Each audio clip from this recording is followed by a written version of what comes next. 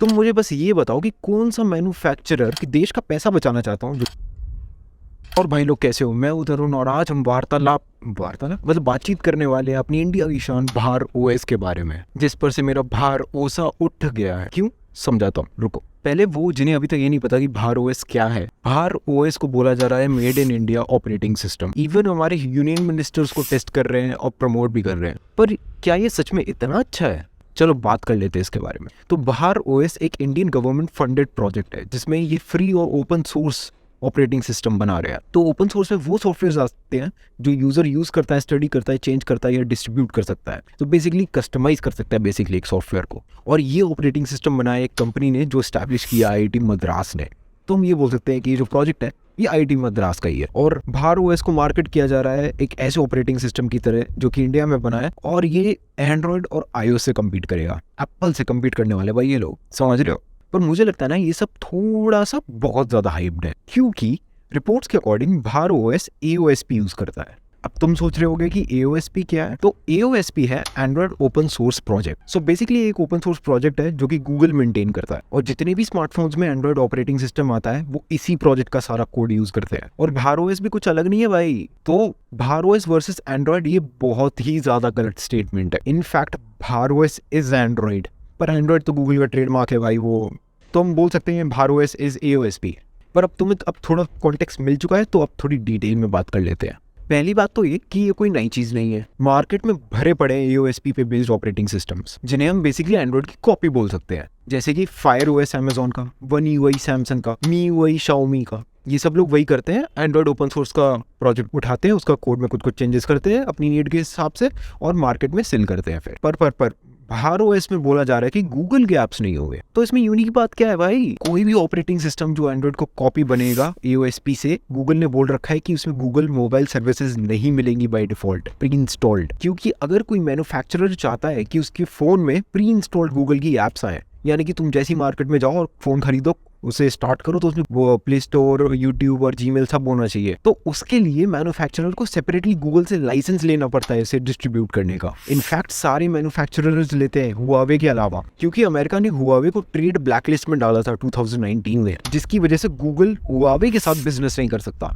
और लाइसेंस भी नहीं प्रोवाइड कर सकता गूगल मोबाइल सर्विसेज के लिए। बट तुम में से कुछ लोग सोचेंगे गूगल के ऐप्स नहीं हुए तो क्या हुआ भाई, हम दूसरे ऐप्स डाउनलोड तो कर ही सकते हैं। एक्चुअली ये इतना सिंपल नहीं है, क्योंकि गूगल मोबाइल सर्विसेज में सिर्फ गूगल के ऐप्स नहीं होते, बल्कि गूगल के कुछ पैकेजेस भी होते हैं जो वो प्रोवाइड करते हैं, जैसे कि सेफ्टी नेट एपीआई और फायरप्लेस क्लाउड से रिलेटेड पैकेजेस। और जो मेजॉरिटी ऐप्स बनते हैं ना एंड्रॉइड में, जो प्ले स्टोर पे तुम देखते हो, वो किसी ना किसी तरह गूगल की सर्विसेज यूज कर रहे होते हैं। तो अगर तुम्हारे पास एक फोन है जिसमें गूगल सर्विसेज नहीं है, तो बहुत ज्यादा चांसेस है कि जो तुम ऐप चलाओगे ना वो सही से नहीं चलेगा। तो यहाँ पे आ जाता है भार ओएस जैसे एक ऑपरेटिंग सिस्टम के लिए बहुत बड़ा चैलेंज। उसमें गूगल मोबाइल सर्विसेज तो नहीं है, इसका मतलब प्ले स्टोर भी नहीं होगा। तो उन्होंने अपने ऐप्स डाउनलोड करने के लिए अपना ही एक स्टोर बना रखा है, जिसे वो बोलते हैं प्राइवेट ऐप स्टोर। अब यहाँ पे ना दिक्कत चालू हो जाती है, क्योंकि पहली चीज प्ले स्टोर है बहुत ज्यादा पॉपुलर, जिसकी वजह से मेरे जैसे डेवलपर्स चाहते हैं प्ले स्टोर पे ऐप बनाना, क्योंकि प्ले स्टोर है बहुत सारे लोगों के पास,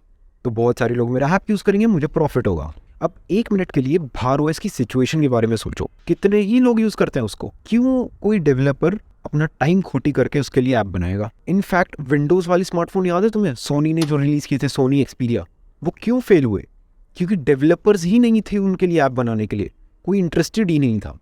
अब एक और दिक्कत के बारे में बात कर लेते हैं। तुमने देखा होगा विंडोज किसी भी कंप्यूटर में चल जाता है ना, पर एंड्रॉयड का केस इतना सिंपल नहीं है, क्योंकि अलग अलग स्मार्टफोन्स में अलग अलग सेंसर्स आते हैं, अलग अलग स्मार्टफोन्स में अलग अलग टाइप के कैमराज आते हैं, पर एंड्रॉयड तो एक ही। तो हर स्मार्टफोन के लिए उस ऑपरेटिंग सिस्टम में कुछ कुछ चेंजेस करने पड़ते हैं ताकि वो उसके लिए कंपैटिबल हो, सही फर्मवेयर डालना पड़ता है। इनफैक्ट हर साल कितने सारे नए नए टाइप के मॉडल्स आ जाते हैं स्मार्टफोन के, तो उन सब के लिए चेंजेस करने पड़ते हैं, इसलिए अपडेट्स आने में टाइम भी लग जाता है। तो सोचो भार ओएस बना तो लिया, पर अब अलग अलग स्मार्टफोन्स के लिए कंपैटिबल करने के लिए कौन मेहनत करने वाला है? और चलो मान लो यार, मान लेते हैं 2 मिनट के लिए, मान लेते हैं ये सारी दिक्कतें साइड रख देते, कोई दिक्कत नहीं है भार ओएस के साथ। तुम मुझे बस ये बताओ कि कौन सा मैन्युफैक्चरर भार ओएस को अपने फोन में डालने की गलती करने वाला है, ये बताओ मुझे बस। मेजॉरिटी फोन मार्केट में शाओमी जैसे ब्रांड्स के, चाइनीज ब्रांड्स के। तुम्हें क्या लगता है Chinese brand Indian OS use करेंगे? छोड़ो यार। फिर ये सवाल मेरे दिमाग में आ जाता है, क्यों बना दिया इसको? फिर मुझे लगता है कहीं गवर्नमेंट हम पे स्पाई तो नहीं करना चाह रही, ऐसे ऐप्स बनाएगी जिससे कि हमारी सारी इन्फॉर्मेशन उनके पास चली जाए। क्योंकि अभी अगर वो ये ऐप बना के प्ले स्टोर पर डालेंगे ऐसा कोई, तो प्ले स्टोर तो उसको बैन कर देगा। अगर उनका ही ओएस होगा, उनका ही ऐप स्टोर होगा, समझ रहे हो भाई? मजाक कर रहा हूँ मैं भाई, क्या सीरियस हो जाते हो तुम लोग, ऐसा कुछ नहीं है, ठीक है। और पहली बात तो कस्टम ऑपरेटिंग सिस्टम एंड्रॉयड पे बेस्ड बहुत सारे, ग्राफीन ओएस है, लिनेज ओएस है, वही यूज़ कर लेते, इसको बनाने की क्या ज़रूरत थी? पीछे इंडिया का वॉलपेपर लगा देते, मस्त सब सही। फिर भी अगर यार खुद का ही बनाना तो मुझे बता देते, मैं बना देता। फंडिंग यूज़ करने की क्या ज़रूरत थी? और तुम यार मुझे गलत मत समझो, ठीक है, मैं अपना मतलब कि देश का पैसा बचाना चाहता हूँ, जो समझ रहे हो। तो खैर इस पर अब मैं नॉन स्टॉप रीजनिंग दे सकता हूँ, पर छोड़ो यार। अब तुम्हारे कोई व्यूज़ हो तो कमेंट सेक्शन में बता देना, और चैनल को सब्सक्राइब करना मत भूलना। मैं मिलता हूँ अगले वीडियो में।